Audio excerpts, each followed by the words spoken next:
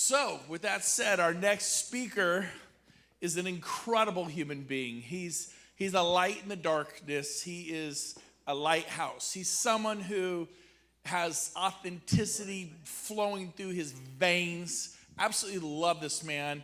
He's become a personal friend of mine. We talk every day. He's my personal coach. He's also the president and leader of success coaching for EXP.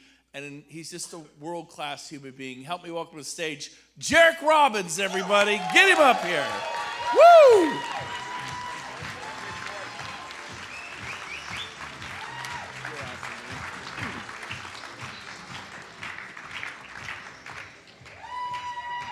Okay, wish me luck with this one.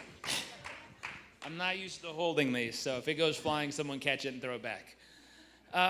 Let's see. First off, how y'all doing? Yeah? They've been doing great here. I've gotten to sit and watch. Is there a timer? Oh, I'm watching it tick up. Wait for it. Go. Okay. I'm really, really excited. I put together a deck for you on leadership development. And so in seeing Amber speak and some of the other speakers, they're talking about you have to be able to build your team. You have to be able to develop new leaders. And so with this concept, the big idea to start with is leaders are developed, not discovered. Leaders are developed, not discovered. And what I've realized in watching y'all for a year, so I've been here for about a year and I've just been paying attention. I've been listening, watching, learning, and observing what are people who are really crushing it doing it, and what are people who are in the middle doing it, what are people who are struggling doing. And what I started to notice was there's patterns of people looking and hoping to win the lottery by discovering the next great person. Isn't that true? I mean, tell me if it isn't. I've watched, and I watch the way people think, like, ooh, I got a good one. Ooh, I'm getting them. Ooh, I'm getting that person. And they're talking about discovering a leader. If I could discover gold somewhere and bring them in, that's going to change everything. And then I watched people who were building amazing teams, and the most consistent thing I saw was they were developing leaders. They were consistently developing people within their organization and helping move them up. I had a client who took someone who they were struggling when they got started, and he got them up to 20 million GCI per year over a few years of developing her as a leader. And I watched that and went, wow, that's amazing. And as I thought about this, there's a few pieces, and this was a starting point. This is what happens when we mess it up. I believe the best members of your team are constantly looking for ways to grow. Is that true for your team, yes or no? They're looking for ways to grow, and if you don't provide them a way to grow, they will get bored and find somewhere else to grow. Isn't that true? Either you're going to provide them a way to grow, or they're going to go find somewhere else to grow. And so I would just ask, how many of you are consistently providing people a space to grow on your team? Uh-oh. How many of you just had an aha, like, oh, shoot, that's something I probably need to put in place, right? So human development or people development processes, what are we putting in place to grow the humans we have? And I'll tell you, the easiest way to recruit a top performer from another place is give them a challenge. Give them a challenge that's very difficult to achieve, because where they're at, if they've been number one for so long, they eventually get bored. And they're looking for something worth trying to conquer. Does that make sense?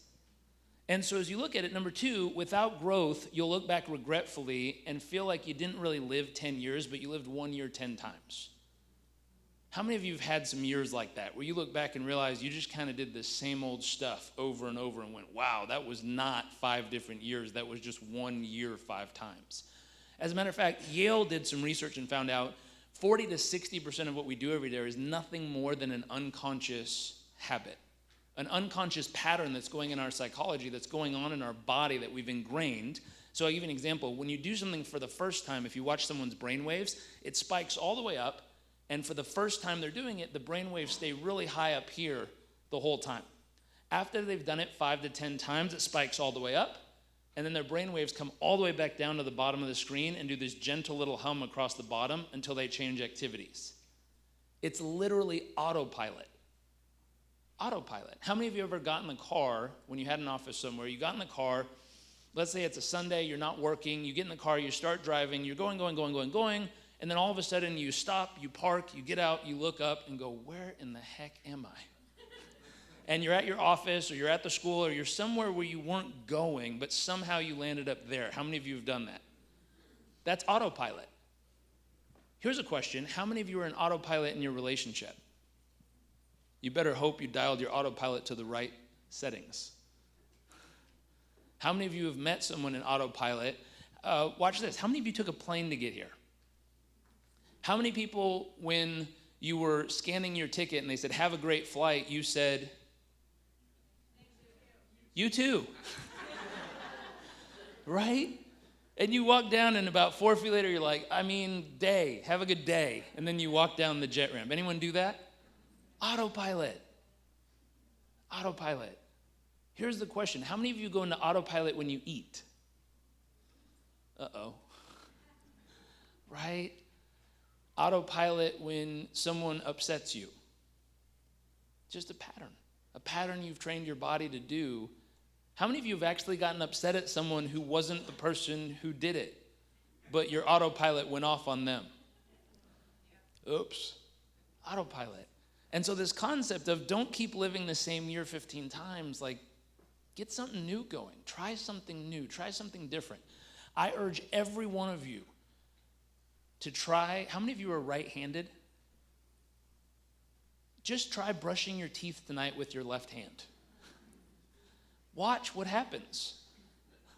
Now, some of you would come back tomorrow and be like, I don't know what the secret was he was trying to get me to understand, but that was just straight up weird. But I'm telling you, if you start breaking the patterns, you'll give your brain the opportunity to live a new year, to have a new experience, to do something that brings you back to the present moment. Because oftentimes, most of us are living in autopilot and just not realizing it. Other piece, you'll be stuck forever as the person that everyone goes to for the answers. And you'll only have leverage if your team, you'll only be the fully developed leader, meaning there's no other leaders on your team they can go to. How many of you have been stuck there? Everything depends on you. That's a bummer. That's not leverage. That's not leverage. Ultimately, your business never gets past being a toddler. It's entirely dependent on you, and no matter how many people you add to your team, it only operates with you. You have no leverage. Wouldn't that suck? You add like 1,000 people to your team, and it still doesn't work unless you're there. That's rough. But it happens. Or, if we do it right, the best on earth are attracted to your team and excited to grow and work with other top professionals who push them to challenge and grow. They challenge them, they grow them, they're pushing them to move forward. If you get it right, you'll feel proud as you grow your team and know that everyone you add improves the entire team. That's a rule I have. If we add someone to the team, do they cause everything to be better? That's the only request. If you come onto the team, can you cause everything to be better than it was without you? And if you use that as a simple rule, every addition to the team makes the whole a little bit better than it was.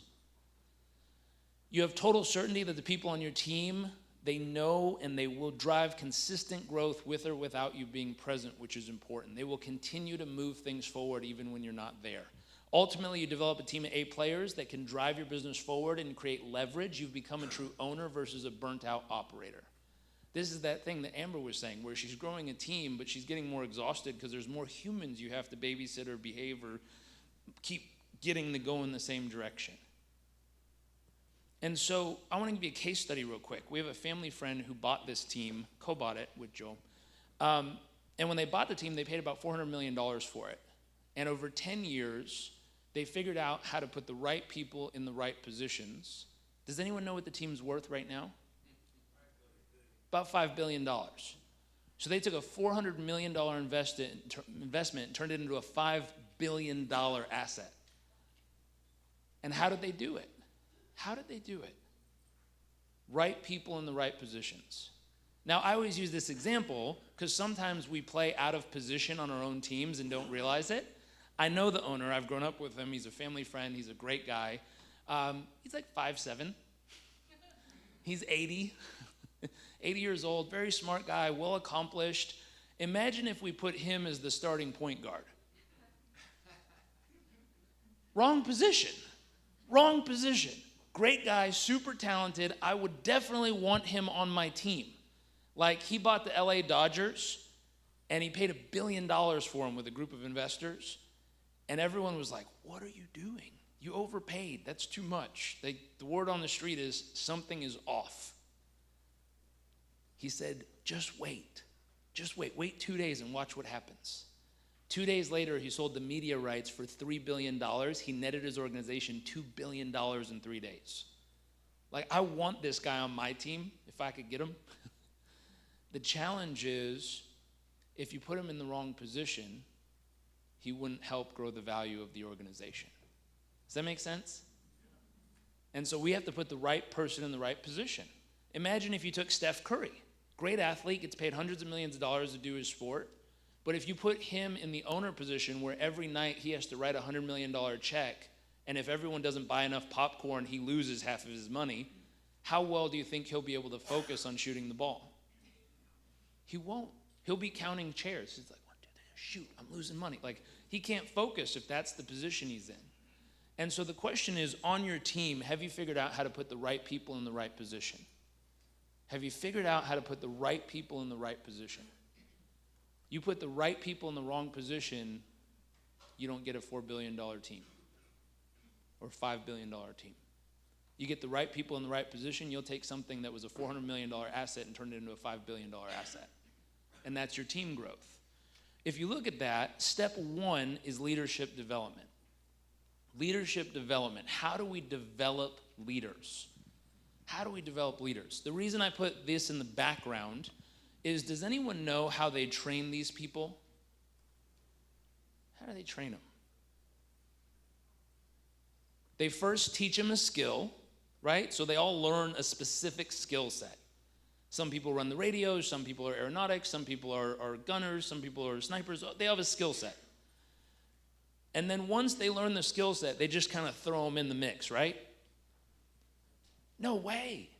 They teach them a skill set, and then they have them practice their skill set, and they start depleting different things from them. So first they take away their sleep and see if they can continue delivering the skill set with excellence. Then they take away nutrition. They take away food, calories.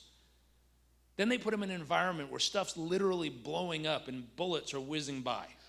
Then they put them in an environment where it seems like there's no possible way to succeed. And truthfully, they set it up so that there is no way to succeed. And they do it on purpose to watch if they psychologically have what it takes to move through an environment where there is no version of success. How do they cope with it? I went and did a training for the Special Forces of the U.S. Air Force, and I sat with the person who trains all these people, and I said, what's the number one factor you look for in the humans that make it versus don't? And he said, the number one factor we look for is mental resiliency. Mental resiliency. Can we tell them to go do 5 laps? And on lap 4 and almost done, we say, do 7 more. And on lap 6.99999, they go do 40 more. And on lap 39.8, they do 5 more. Can we continually move it and watch them psychologically go, okay, and just keep moving? And the ones who are able to do that are the ones who make the team. Now, how many of you did I just describe the training you do with every new agent on your team? How many of you feel like you could do something a little bit more than your current routine for those new agents? Well, let me ask you this. If that's how you trained your new agents, what would they be able to handle? Everything. Down market? Please. Does that make sense?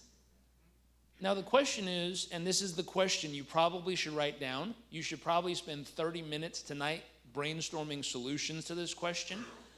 What is the training I need to put in place to build the team that I desire? What is the training I need to put in place that will produce the team that I desire? Most of you want this amazing team, but you're not providing amazing training. What's the training I need to put in place that'll produce the team that I desire? If you build the right training, you will start developing the right leaders. But it'll only come from you building the right training within your organization. Does that make sense for everyone? Is that a useful thought to spend 30 minutes thinking on? Okay, good. Okay, good. Second part, random thought. They gave me a laser. I don't know why that entertains me so much every time someone hands me one of these. I try not to use it. So, number 2, duplication of influence.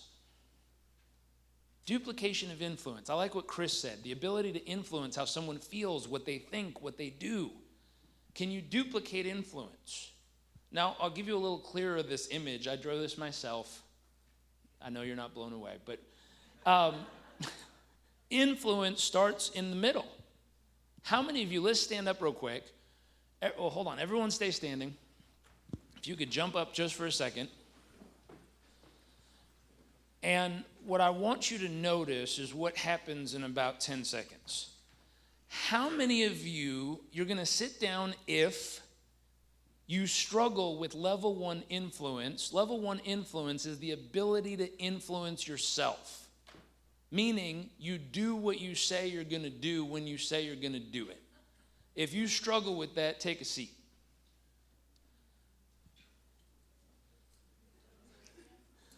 Now we have a handful of honest people. But really, truly, how many of you did level 1 just take you out? That's okay. You're honest. I'm not judging you. I'm not being rude or mean or judgmental here. I'm just saying that's the level you need to work on. That's the level you need to work on.